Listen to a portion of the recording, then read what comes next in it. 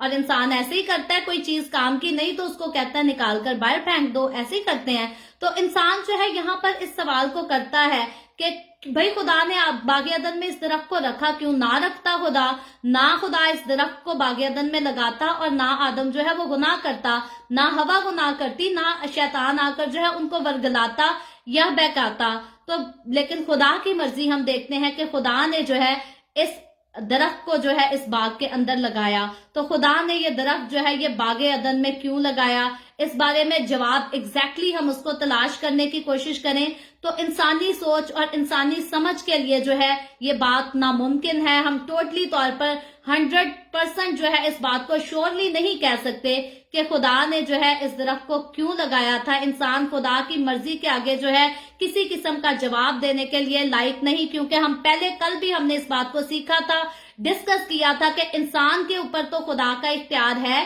لیکن خدا کے اوپر انسان کا کوئی اختیار نہیں. اگر ہم کہیں کہ میں اور آپ اپنی مرضی سے خدا کو چلائیں گے، جیسے آج لوگ پادریوں کو اپنے نیچے لگا کے رکھتے ہیں اور اپنی مرضی سے چلانے کی کوشش کرتے ہیں، چرچ میں کمیٹی بن جاتی ہے 7-8 لوگوں کی اور وہ کہتے ہیں جدھر اسی کہاں گے ادھر ہی پادری جائے نہیں تو نہ جائے. لیکن خدا کا معاملہ جب ہم دیکھتے ہیں تو خدا کے معاملے میں ایسا نہیں ہے. انسان آج 7 لوگوں کی کمیٹیاں بنائے یا 14 لوگوں کی کمیٹیاں بنائے، پھر وہ 14 لوگ 7 لوگ ایک بات پر متفق بھی کیوں نہ ہو، خدا وہی کرے گا جو اس کو ٹھیک لگے گا. خدا میرے اور آپ کے مشوروں سے نہیں چلتا. خدا نے جو ہے ہمارے اوپر اختیار تو رکھا ہے لیکن ہمیں اپنے اوپر اختیار نہیں دیا. جیسا آج ہم دیکھتے ہیں کہ آج ہستیاں جو ہیں وہ بھی لوگوں کو اپنے اوپر اختیار دے دیتی ہیں، جو کہ کمپلیٹلی طور پر نہیں دینا چاہیے، کیونکہ خدا نے کہا کہ میرے برابر، یسوع نے کہا میری جیسی عزت ہے ویسے ہی میرے خادموں کی بھی عزت ہے. تو لوگ جو ہے وہ خادموں کو نیچے لگاتے لگاتے یہ بات بھول جاتے ہیں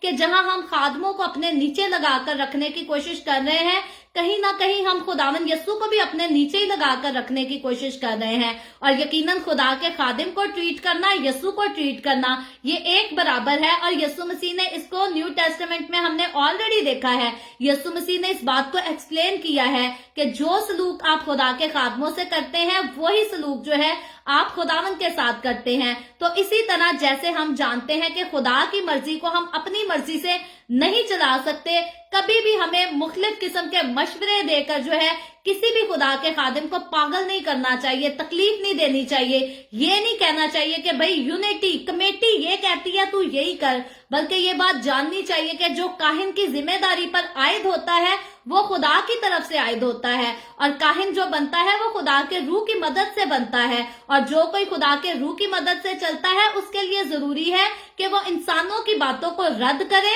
اور خدا کے روح کی بات کو جو ہے وہ پہلی طور پر جو ہے سب سے پہلے امپورٹنس دے. اور لوگ ایسا کرتے ہیں کہ لوگ کہتے ہیں جی روح کتھے، خادم چلے تھے ساڈے پیچھے چلے، جو اسی کہیے خادم وہی کرے. تو ایسا جو ہے انسان کو کبھی کسی چرچ میں بھی کسی بھی ڈینومینیشن کی بات کر لے، کہیں بھی ایسی بات جو ہے پریکٹس نہیں ہونی چاہیے. بلکہ جو خادم خدا نے ہماری کلیسیوں میں مقرر کیے ہیں، کلیسیا کا کام ہے اس بات کو جانے سمجھ لے کہ وہ خادم جو ہے وہ خدا کے روح کے تابع ہے اور جو وہ کہے گا ہم نے اس کی بات ماننی ہے. انلیس کہ کوئی خادم چرچ میں گناہ کو لانے کی دعوت دے تو اس بات پر ہم متفق نہ ہوں. ایسا ہو سکتا ہے کیونکہ خدا کے کلام کے مطابق ہم خدا کے گھر میں جو ہے وہ گناہ کو گرو ہونے نہیں دے سکتے. تو اس بات پر ہم ضرور سٹیپ لے سکتے ہیں، بات کر سکتے ہیں، معاملے کو صلح صفائی سے سالو کر سکتے ہیں کہ خدا کے گھر میں جو ہے وہ گناہ نہیں آنا چاہیے. لیکن اس کے باوجود اس کو چھوڑ کر جتنے روحانی باتیں ہیں، جتنے روحانی مراحل ہیں کلیسیاں میں، وہ جو ہے ان میں سب سے پہلی امپورٹنس جو ہے وہ خداوند کے خادم یعنی کہ ہیکل کا جو چرواہا ہے، کاہن ہے، اس کی بات کو دینی چاہیے. خدا کے خادم کے بعد باقی سب آتے ہیں، جیسے خدا کے بعد باقی سب آتے ہیں. اور یہاں ہم دیکھ رہے ہیں کہ خدا نے جو ہے اپنے اوپر کسی کو اختیار نہیں دیا، کسی جانور کو، کسی پرندے کو، چاند کو، سورج کو، کسی چیز کا کوئی اختیار نہیں خدا کے اوپر. بلکہ چاند، سورج، ستارے، میں، آپ، یہ زمین، سمندر، پانی، ہوائیں، فضائیں، سارا کچھ جو ہے یہ خدا کے تابع ہیں. ہم کبھی بھی خدا کو اپنے تابع نہیں رکھ سکتے. تو یہاں بات یہ ہے کہ ہم خدا پر اگر یہ سوال اٹھائیں کہ اگر وہ نہیں چاہتا تھا کہ نیک و بد کا پھل انسان کھائے تو اس کو باغ عدن میں لگانے کی اس درخت کو ضرورت کیا تھی؟ تو خدا نے جو ہے لگا دیا. اس کے بارے میں ہم 100% شور نہیں ہو سکتے، لیکن ہم اتنا ضرور جانتے ہیں کہ خدا جو ہے ہر طرح سے انسان کو آزمانا بھی چاہتا تھا. خدا یہ بھی چاہتا تھا کہ جس انسان کو میں نے اتنی آسائشیں دی ہیں، اتنا پیار دیا ہے، اتنی محبت دی ہے، اتنی عزت دی ہے کہ ہر چیز پر میں نے انسان کو اختیار دے دیا، یہ انسان میرا وفادار رہتا بھی ہے یا نہیں؟ تو یقیناً خداوند ہمیشہ مجھ سے اور آپ سے یہی ایکسپیکٹ کرتا ہے کہ جہاں اس نے مجھے اور آپ کو باقی سب کچھ دیا ہے، جن باتوں کے لیے اس نے ہمیں پابند کیا ہے، ہم ان باتوں کو اپنی زندگی میں نہ کریں. آج بہت سارے لوگ ہیں جو گناہ کرنا پسند کرتے ہیں، اور بائبل مقدس جو ہے ان کو ایک ایسی کتاب لگتی ہے جو ان کو تھریٹ نظر آتا ہے کہ یہ کتاب جی ہمیں مینٹلی طور پر ڈسٹرب کرتی ہے، دھمکیاں دیتی ہے. اس میں لکھا ہے اگر برے کام کرو گے تو آگ میں ڈال دیے جاؤ گے. تو یقیناً خدا تو ہے، ہمیں بچانا چاہتا ہے. اس نے کوئی دھمکی کے تعلق پہ بائبل مقدس مجھے اور آپ کو نہیں دی کہ بائبل مقدس کو پڑھو اور سمجھو کہ خدا تو ہمیں دھمکی دے رہا ہے، اس کو مانو گے تو ٹھیک ہے، نہیں مانو گے تو نہیں. خدا ہمیں دھمکی نہیں دے رہا، خدا ہماری رہنمائی کر رہا ہے، خدا ہمیں گائیڈ کر رہا ہے، کیونکہ ہم دیکھتے ہیں کس پیار کس محبت سے خدا نے انسان کو بنایا ہے. اور یہ اس کا پیار اور اس کی محبت ہے کہ خدا چاہتا ہے کہ ہم گناہ کر کے جو ہے وہ خدا کی حضوری سے دور نہ رہیں، کیونکہ خدا نے آدم اور حوا کو باغ عدن میں اسی لیے رکھا. خدا چاہتا تھا کہ ان کے ساتھ ملاقات کر سکے، ان کے ساتھ تعلق رکھ سکے، اور ہر طرح سے یقیناً خدا ان کو آزمانا بھی چاہتا تھا، خدا ان کی وفاداری بھی چاہتا تھا. خدا چاہتا تھا کہ میں نے ان کو سب کچھ دیا ہے، اگر میں نے ایک چیز سے ان کو منع کیا ہے تو یہ اس چیز میں میری بات مانے، میرا خوف رکھے، یہ جانے کہ ان کا خالق میں ہوں، ان کا خالق میں ہوں. جو کام ان کو کرنے کو میں کہتا ہوں وہ ان کو کرنے ہیں، اور جن کاموں کو میں ان کو کرنے سے منع کرتا ہوں ان سے منع بھی ہونا ہے. اور باغ عدن میں گناہ پہلے تو کوئی تھا نہیں، اس سے پہلے کہ حوا پھل کھاتی اس سے پہلے جو ہے کوئی باغ عدن میں کسی قسم کا کوئی گناہ نہیں تھا، کوئی شیطانی تاثیر نہیں تھی. تو پھل کھانے کے بعد ہی ہم دیکھتے ہیں کہ گناہ آیا. تو یقیناً جب گناہ نہیں تھا تو باقی قسم کی اور کوئی ریسٹرکشن آدم اور حوا پر نہیں تھی، صرف ایک ہی ریسٹرکشن تھی کہ نیک و بد کی پہچان کے درخت کے پھل کو نہیں کھانا. اور یقیناً آج میں اور آپ دیکھیں اب تو گناہ اس دنیا میں آ چکا ہے. آج میرے اور آپ پر اس دنیا میں انسان کی حیثیت رکھتے ہوئے میرے اور آپ کے اوپر، ہمارے اوپر ریسٹرکشنز ہیں خدا کی طرف سے. ایک چیز میں نہیں ہے، میرے اور آپ کے سامنے آج نیک و بد کا درخت تو نہیں ہے. خدا نے ہمیں باغ عدن میں تو نہیں رکھا اور کہا کہ یہ سارے درخت تمہارے ہیں، صرف اس درخت کو ہاتھ نہیں لگانا. لیکن اس دنیا کے بے شمار ایسے کام ہیں جن سے خدا مجھے اور آپ کو روکتا ہے. خداوند یسوع نے اپنی زمینی خدمت کے دوران ان کاموں کا، ان باتوں کا ذکر کیا. اس کے بعد خداوند کے رسولوں نے بھی ان کاموں کا ذکر کیا، بلکہ ڈیٹیل سے ان کو بیان کیا کہ کون سی چیز سے خدا کو پیار ہے اور کون سی چیز سے خدا کو نفرت ہے. اور آگے چل کر ہم دیکھیں گے کہ خدا نے آدم اور حوا کو باغ عدن سے نکال دینے کے بعد جو ہے انسان کو یسوع کے آنے تک جو ہے وہ اکیلا نہیں چھوڑا، بلکہ موسیٰ کے ذریعے بھی خدا بولتا ہے، ابراہیم کے ذریعے بھی بولتا ہے، آگے ایلیا بھی آئے گا، دانیل بھی آئے گا، بہت سارے ایسے لوگ آئیں گے. داؤد بادشاہ کا ذکر کر لیں تو خدا جو ہے وہ انسان کے ساتھ بولتا رہتا ہے، کلام کرتا رہتا ہے. نجات کا منصوبہ خدا جو ہے وہ انسان کے لیے ہمیشہ سے رکھتا ہے. اور یقیناً ہم دیکھتے ہیں کہ یسوع مسیح کی آمد پر خداوند اس نجات کے منصوبہ کو پورا بھی کرتا ہے. لیکن مجھے اور آپ کو ہمیں یہ بات ضرور پتا ہونی چاہیے کہ آدم اور حوا نے جیسے اس نیک و بد کی پہچان کے درخت کے پھل کو کھا کر خدا کی نافرمانی کی اور خدا کی حضوری سے باہر نکال دیے گئے، باغ عدن سے باہر نکال دیے گئے، مجھے اور آپ کو ان ساری چیزوں کو جو ہے آج سامنے رکھ کر ان سے انکار کرنے کی ضرورت ہے جن سے خدا کا کلام ہمیں روکتا ہے. ہمیں جھوٹ نہیں بولنا، ہمیں چوری نہیں کرنی، ہمیں لالچ نہیں کرنا، ہمیں دغا نہیں کرنا. ایسی بہت ساری چیزیں ہیں جن سے خدا ہمیں روکتا ہے اور ہمیں رکنا ہے. اور اگر ہم دیکھتے ہیں آدم کی طرح ہم نافرمانی کریں گے، ہم خدا کی بات نہیں سنیں گے، تو جیسے آدم اور حوا باغ عدن سے نکال دیے گئے، میں اور آپ، میرے لیے آج یہ ریسٹرکشن ہے کہ اگر آج ہم خدا کے حکم پر عمل نہیں کریں گے تو ہم نئے یروشلم میں، جو کہ باغ عدن جو ہے فیوچر کا ریسٹور ہونے والا ہے، ہم اس نئے یروشلم میں داخل نہیں ہوں گے، ہم نئے آسمان نئی زمین میں داخل نہیں ہوں گے اگر ہم خدا کے کہنے پر آج عمل نہیں کریں گے۔ تو خیر خداوند کے کلام کی یہ خوبصورت باتیں، تخلیق کا خوبصورت ترین نظارہ، پڑھنے کا سننے کا بہت مزہ آتا ہے، یقیناً اس کو انسان انجوائے کرتا ہے، لیکن خاص طور پر اس کو پڑھنے کے بعد، انجوائے کرنے کے بعد ایک خاص مطلب انسان کا یہی ہے کہ انسان گناہ سے باز آ جائے، انسان برے کاموں سے باز آ جائے، جن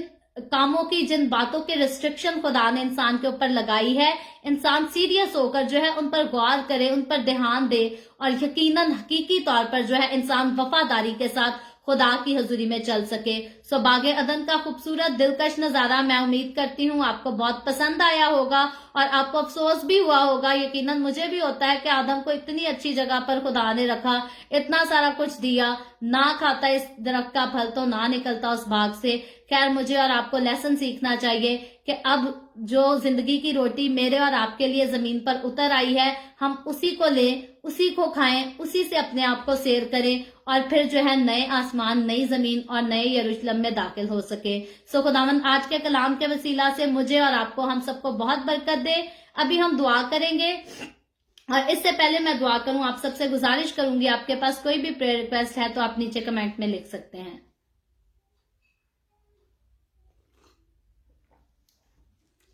آئے ہم سب اپنے سروں کو خداوند کی حضوری میں جھکائیں گے اور دعا کریں گے۔ ہاللویا ہاللویا، پیار سے بھرے زندہ آسمانی باپ، اے لشکروں کے رب، اے یہوہ یری، میں تیرے پیارے بیٹے اپنے خداوند یسوع مسیح کے نام میں تیرے قدموں میں آتی ہوں، تیری شکر گزاری کرتی ہوں آج کے اس وقت کے لیے خداوند جو تو نے ہمیں بخشا تاکہ ہم تیرے پاک کلام کو پڑھ کر اس سے برکت حاصل کر سکیں۔ خداوند میرے ساتھ اس وقت جتنے لوگ آن لائن آئے ہیں تیرے کلام کو پڑھنے کے لیے، سننے کے لیے، سیکھنے کے لیے، تو ان تمام لوگوں پر اپنا ہاتھ بڑھا، سب کو برکت دے، اپنی پناہ میں لے، ان کے گھرانوں کو برکت دے خداوند، تمام طرح کی بیماریوں کو، دکھوں، تکلیفوں، پریشانیوں کو، لڑائی جھگڑوں کو اپنے لوگوں کے گھروں سے دور کر، تاکہ تیرے لوگ تجھ میں شادمان ہوں، تیری حضوری میں آگے بڑھتے رہیں، تیرے روح کی معموری میں قائم رہ سکیں۔ خداوند جتنے لوگوں نے اس ویڈیو کے نیچے کمنٹس میں اپنی اپنی درخواستیں لکھی ہیں، میں تیری بندی ہوتے ہوئے تیرے لوگوں کی تمام درخواستوں کو تیری حضوری میں پیش کرتی ہوں، تجھ سے منت کرتی ہوں خداوند، درخواست کرتی ہوں اپنے لوگوں کو تمام طرح کی بیماریوں سے، تکلیفوں سے، دکھوں سے آزاد کر دے خداوند، اپنے لوگوں کے مسائل کو ان کی زندگیوں سے، گھروں سے دور کر، تاکہ تیرے لوگ تیری شکر گزاری کریں۔ جو بہنیں بھانج ہیں یسوع کے نام میں خداوند تو ان پر رحم کر اور ان کو اولاد دے، جو لوگ بے روزگار ہیں یسوع کے نام میں خداوند تو ان پر بھی رحم کر اور ان کا اچھے روزگار مہیا کر۔ خداوند میں تیرے تمام خادموں کو، مقدسین کو، پاکلیسیوں کو، پرستاروں کو تیری حضوری میں یاد کرتی ہوں، ہر ایک پر اپنا ہاتھ بڑھا، سب کو برکت دے، اپنی پناہ میں لے، اپنے جلال، اپنی گواہی کے لیے سب کو کثرت سے استعمال کر۔ مجھ پر اپنا ہاتھ بڑھا، the way of heaven Facebook page پر اپنا ہاتھ بڑھا، اپنے جلال کے لیے، روحوں کی نجات کے لیے کثرت سے استعمال کر۔ اسرائیل پر تیری برکت، تیری سلامتی ہو، اور ہم سب پر بھی تیری برکت اور سلامتی ہمیشہ ہوتی رہے۔ مسیح یسوع کے نام میں یہ دعا مانگتی ہوں، آمین۔ خداوند کی سکھائی ہوئی دعا میں شریک ہوں گے۔ آئے ہمارے باپ تو جو آسمان پر ہے، تیرا نام پاک مانا جائے، تیری بادشاہت آئے، تیری مرضی جیسے آسمان پر پوری ہوتی ہے زمین پر بھی ہو۔ ہمارے روز کی روٹی آج ہمیں دے، جس طرح ہم اپنے قرض داروں کو معاف کرتے ہیں، تو بھی ہمارے قرض ہمیں معاف کر، ہمیں آزمائش میں نہ پڑنے دے بلکہ برائی سے بچا، کیونکہ بادشاہت، قدرت اور جلال ہمیشہ تیرے ہی ہیں، آمین آمین۔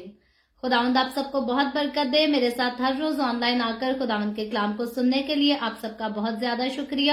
اس کلام کو جگہ جگہ شیئر کرتے رہیں تاکہ ہم سب کے وسیلہ سے انجیل کی منادی کثرت سے ہو سکے۔ سو کل پھر ہم the way of heaven Facebook page پر ملیں گے، پاکستان کے صبح 8 بجے، انڈیا کے صبح 8:30 بجے، اور کینیڈا ٹورنٹو ٹائم کے مطابق رات کو 11 بجے، اور آگے بڑھ کر خداوند کے کلام کو مزید سیکھیں گے۔ خداوند آپ سب کو بہت برکت دے، آمین۔